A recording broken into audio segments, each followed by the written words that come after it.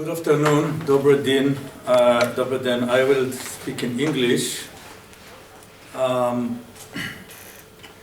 what I want to do here today is to offer a framework of thinking, more than give some, let's say, research findings or something like this. I want to offer a framework of thinking about Caucasus Jews, modernization, and socialization. And in a way, I'm using also the word Caucasus Jews, not mountain Jews, proper. There's a purpose here, okay? Talking about Gorski Evrei, put everything under the, let's say, Soviet and maybe before imperial Russia context, and this is the most important context, but I want to show how this context is have some dialogue also with some local Caucasian context. So I want to dedicate this small lecture in memoriam of Avshalom Yakubov. He was the last Jew in Majalis.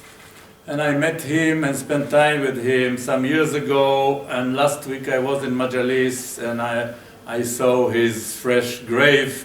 So this is for his memory. And okay. So the context for this lecture is a request, is a process that I was involved in for a few years. I got a request something like 10 years ago to write a report on children and youth at risk, Caucasian children in Israel. And this led to a whole project and a book, forthcoming book, on youth and children in migration, which deals with dynamics of localization in Israeli society, interaction with Israeli education system, and so on. And this, while trying to understand the interaction between immigrant children from Caucasus and the Israeli society, I understood that I have to learn more about the background in Caucasus. And this is how I got to this topic. And this is where I'm also calling to your help. I'm an anthropologist. You have maybe many of you have much more knowledge and maybe tools to deal with the materials that I will provide here. So I hope, and this is why I decided to bring this theme to this conference.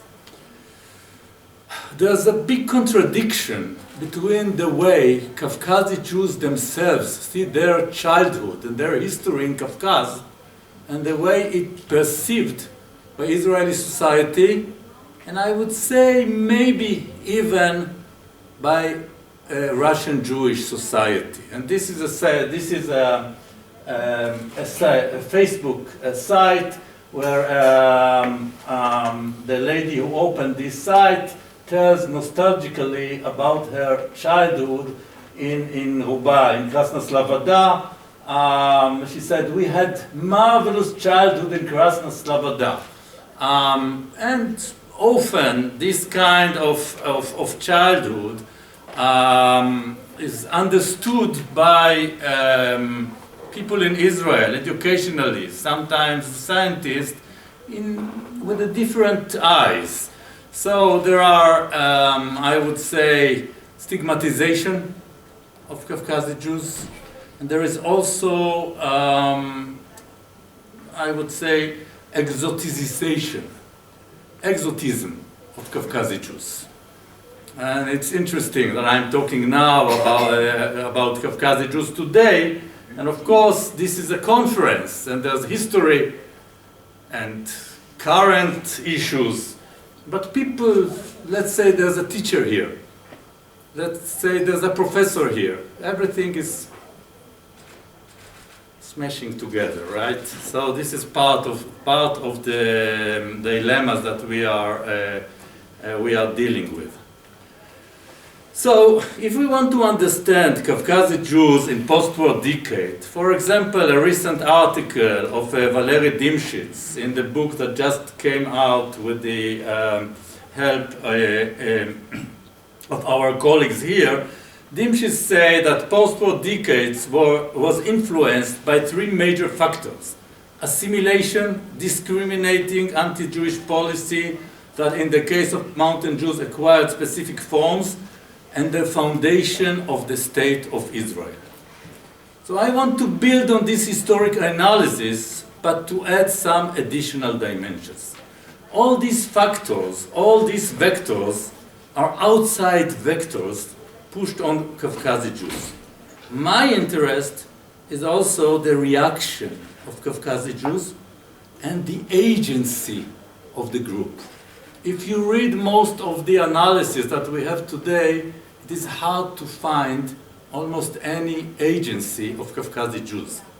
We see major forces, but we don't see the agency of the group. And I want to argue for the agency of the group. So, just to give you some ideas about the dilemmas here. This is Nalchik, 1990. This is a photograph that I took of a traditional wedding. You can see the bride over there. And weddings were highly traditional, and I will not go now to all kind of exotic descriptions of the wedding. At the same time, people went to academic institutions. These are the results of a survey done in 1998 in Israel. These are the same people. These are people who went through Soviet education. And if we look on the general statistics, I would say that the education level among Caucasian Jews before migration, before the 1990s migration to Israel, was almost similar to the level of education in Israeli society. So part of the issue of looking at Caucasian Jews is the comparison all the time to Russian Jews. But Russian Jews, we know, if we talk about worldwide data, is a very unique phenomenon. Very, very unique phenomenon. So comparing any group to Russian Jews will give us a very problematic starting point. So what we have here is almost the same level of education, including academic education, in the second part of the 20th century, but at the same time, all these traditions, very traditional society. And for most commentators, this kind of combination is an enigma. It is hard for them to understand it, and most commentators rather say, oh, this is a traditional society, or they say, oh, these are Soviet citizens, whether here or here. And I want to offer a third option. So these kind of contradictions, for example, another photo that I took years ago in Algiers. What you see here is 5 young adults bringing some material, some leather for the mountains to the bazaar or to the Rinok and so on. Most people will not think that at the same time these 5 young people, or at least 4 out of 5, are also students.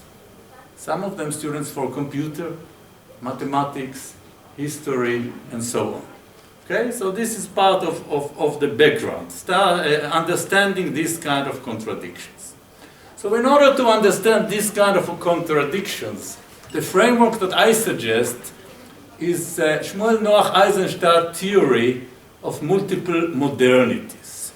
Eisenstadt based this theory on Weber, but he goes beyond Weber by stressing that the spread of modernity to other parts of the world, meaning beyond the West, gave rise to continually changing cultural and institutional patterns that constitute a different response to the challenge and possibilities of modernity. So the argument for multiple modernities reject the presumed convergence of industrial societies implicit within classical theories of modernization and Western model of sociological analysis. So when we are talking about modernization, are we talking about Western modernization? Are we talking about Russian modernization? This argument calls to understand Caucasus modernization, and even more, Caucasus Jews modernization. So I relate to the development of multiple institutional modes of modernity with different cultural programs and institutional patterns that were developed and shaped and the continuous interactions of several factors. So what is multiple modernities in Caucasus? So it's an intersection of two types of modernity.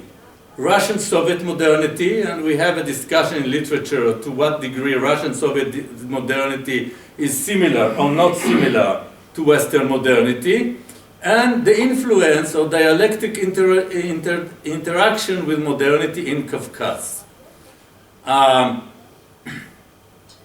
So in Caucasus, what we have is the influence in one hand of the colonial modernity, then the Soviet communist modernity. And Soviet communist modernity in some ways is different from the colonial modernity, but at the same time it is also a continuation of modernity. For me, as an anthropologist, it is highly interesting to sit in a whole day discussing Caucasus Jews, while colonization, sometimes people talk about the long war. That's it. My understanding as an anthropologist is that colonization, colonialism, processes of colonialism and power, especially power relations, are highly influential and highly important. And it's very, very interesting to see that the different approaches here. So I argue that the life of Jehuru in the post-war era and in the late Soviet period was shaped by their ability to develop a specific form of modernization, which I call traditional modernity. And of course, you can see this picture from Guba in the 30s. It started before. It started in the 20s, in the 30s, and even before. But post-war era is highly important for the development of traditional modernity. Caucasus Jews developed a way of life and ethos that enabled them to become fully Soviet, but at the same time to remain both Jewish and to remain also local Caucasians. So what are the dialectics of Soviet traditional modernity? Already some people wrote about it. For example, Victor Schnillerman showed us that Soviet partially succeeded to modernize traditional societies, but by giving secular education, modern national consciousness or ethnic consciousness, study of local culture and history, what happened often is that local population under a Soviet regime received these modern values but used them in order to develop and transmit their traditional values. And Victor Sony also gave a similar argument.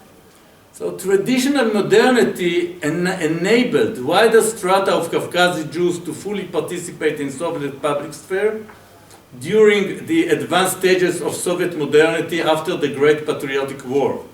At the same time, it enabled them to keep their group identity and basic values. It involved different practices of preserving Jewish identity and Caucasian culture and local identity. Caucasus Jews cooperated with other local groups in Caucasus in developing various strategies of what I call soft resistance to Soviet secularization and to Russification. So how it works? What was the secret, if you want, of Caucasus Jews, or what was the agency of Caucasus Jews? And I will show here three aspects, but of course this is only part of the picture. One aspect is the codes of behavior, okay? Codes of behavior and intergroup relations. Second aspect, preserving Jewish identity. And the third aspect is coping with formal and informal state socialization, and I will explain each of these aspects very briefly right now. And I just want to say that this is a very analytic approach. Actually, each one of them is connected to the other. You cannot really differentiate these different aspects. Yep. So, okay. So the first one, traditional codes. Let's take a few very important terms in Jewry. Adut. We know Adat in Caucasus, but Adat have also a specific term in Jewry, Adut. So Adut was important, and this was an important part of Caucasian Jews. Namus or Numus. What is Numus? Not Nimus. It's quite different. It's a proper behavior, but it's also a code that can be interpreted, especially in modern era, in very different ways by different people.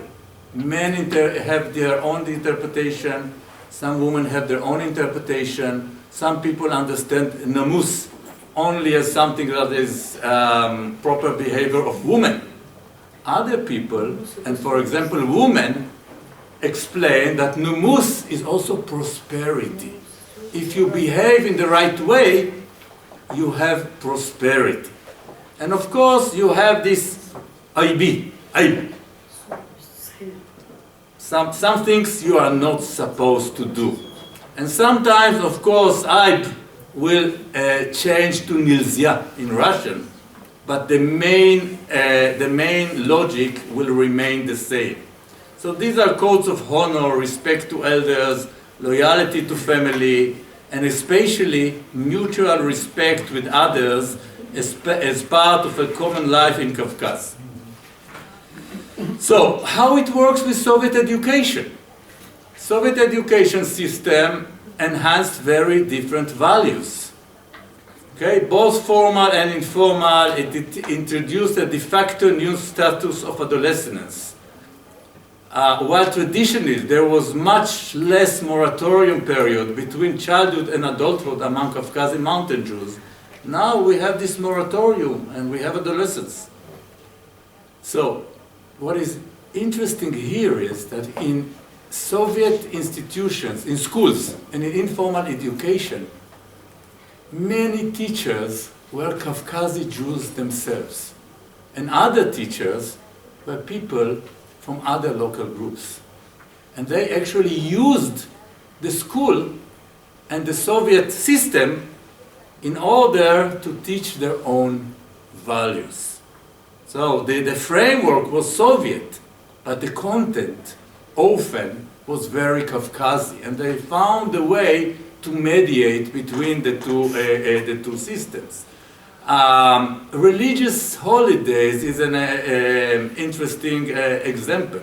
For example, we know that Caucasian Jews were able to keep marriage, Jewish marriage, much more than Ashkenazi Jews, circumcision, burial, mourning. But what was the secret? The secret was that Jews and Muslims together in Caucasus played a game. You are not allowed to do it, but at the same time I know that you are doing it, and you know that I'm doing it. And we are playing a game which is actually a soft resistance against the Soviet system. Nisanu, Pesach, was highly important. The Jewish identity was reshaped. Caucasian Jews actually lost many parts of their Jewish identity. This was not halachic Jews. But if you see the approaches of Caucasian Jews to Nisanu, you understand that this specific holiday got a specific importance. Cleaning the house was almost a very orthodox ritual. There was all kind of prohibitions in Nisanu, much more than in other Jewish groups, and this was very important part of their life. But at the same time, it was also part of school life. And this is a testimony about their band. A lady writes, I remember Pesach in our ancient city, Derbent. My childhood in the 70s and in the 80s. We didn't have much, but we learned in school with children from different nationalities. And in holidays, we shared together different traditions. So Jewish kids would bring matzot to school. I don't know if you will find any other phenomena like this in other parts of the Soviet Union. Teachers allow this and enhance this kind of behavior. So summary. Time is over. Summary. Common understanding of Caucasian Jews as traditional lack important aspects of the process that they went through the 20th century. Understanding specific forms of modernization is important while working with young immigrants and developing a cultural dialogue instead of misrecognition. Attention to traditional modernity and its formation allow us to understand Caucasus Jews' agency in relation to the structures and pressures of the Soviet state and their reaction to the different processes that influenced their life. And lastly, we can ask also, was it traditional modernization or modern traditionality? And I would answer, mostly, in most aspects, it was traditional modernity. And sometimes today you can see a little bit of modern traditionality, interestingly among the most successful Caucasian Jews. But this does not represent most of the processes that Caucasian Jews went through in the 20th century. Thank you. So let's continue our discussion and questions. Перехожу на русский. Пожалуйста, вопросы, кто желает принять участие в дискуссии. Пожалуйста, Максим. Вопрос. Маленький вопрос. Пытались ли вы искать... Лучше переводи. Окей. Да, можно перевести. Пытались ли вы хотя бы не на уровне полевых материалов, но литературных источников?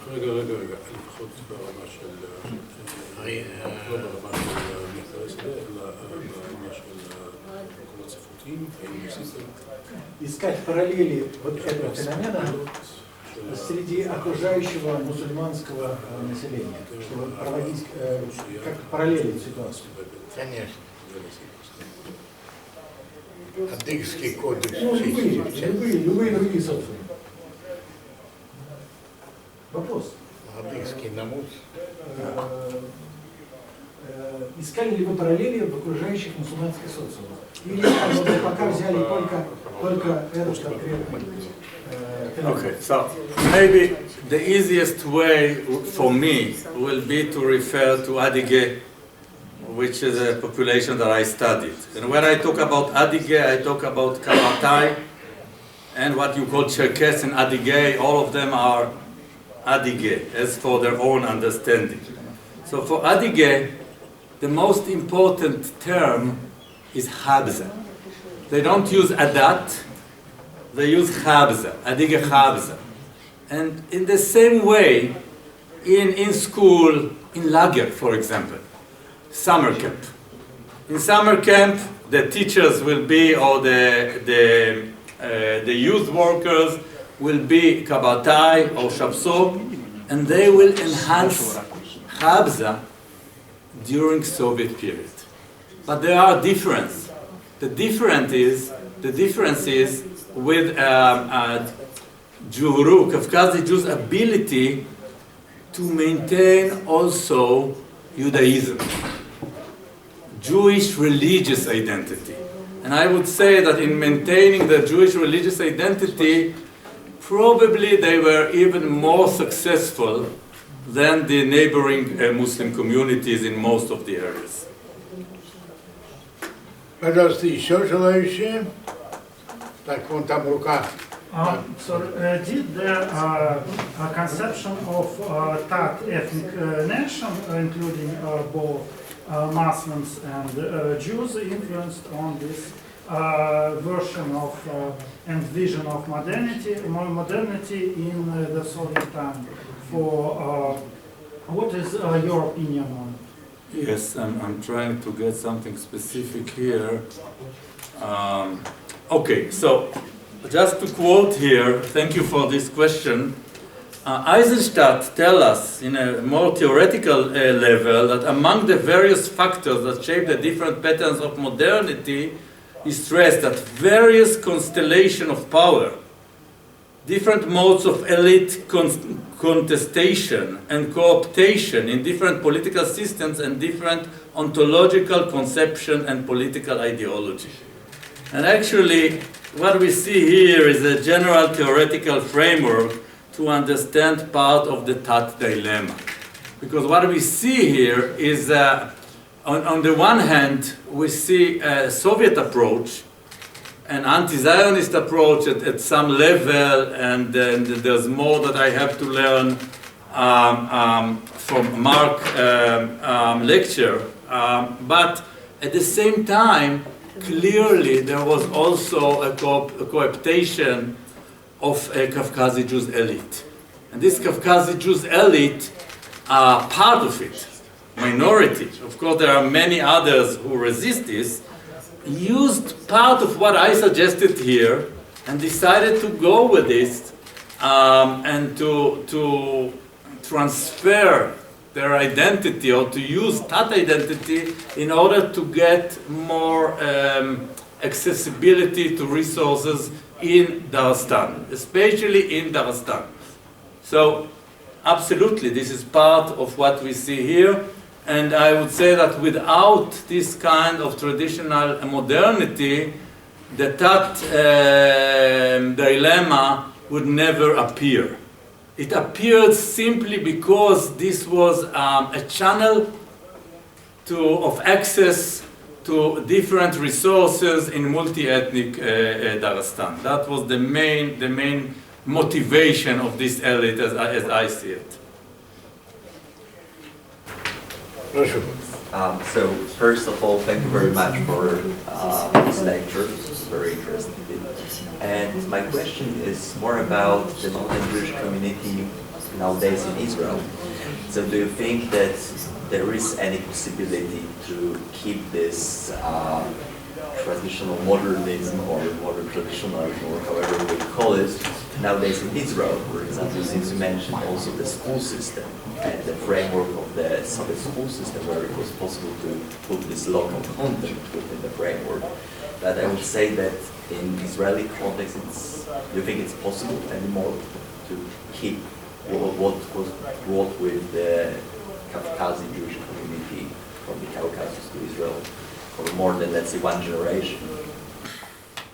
So I would say that I offered quite a broad framework, and it was quite a challenge to do it in 15 minutes, but a very crucial part of this framework is the, of Odot, if you want, is the socialization, how to live in a diverse society, how to react to your neighbors, or how to live.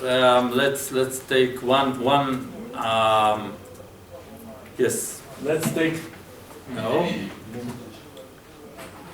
Let's take this small courtyard in Derbent. There were 6 different people living in one small courtyard, 6 nationalities. 6 nationalities, and you have to learn how to deal with each one of them.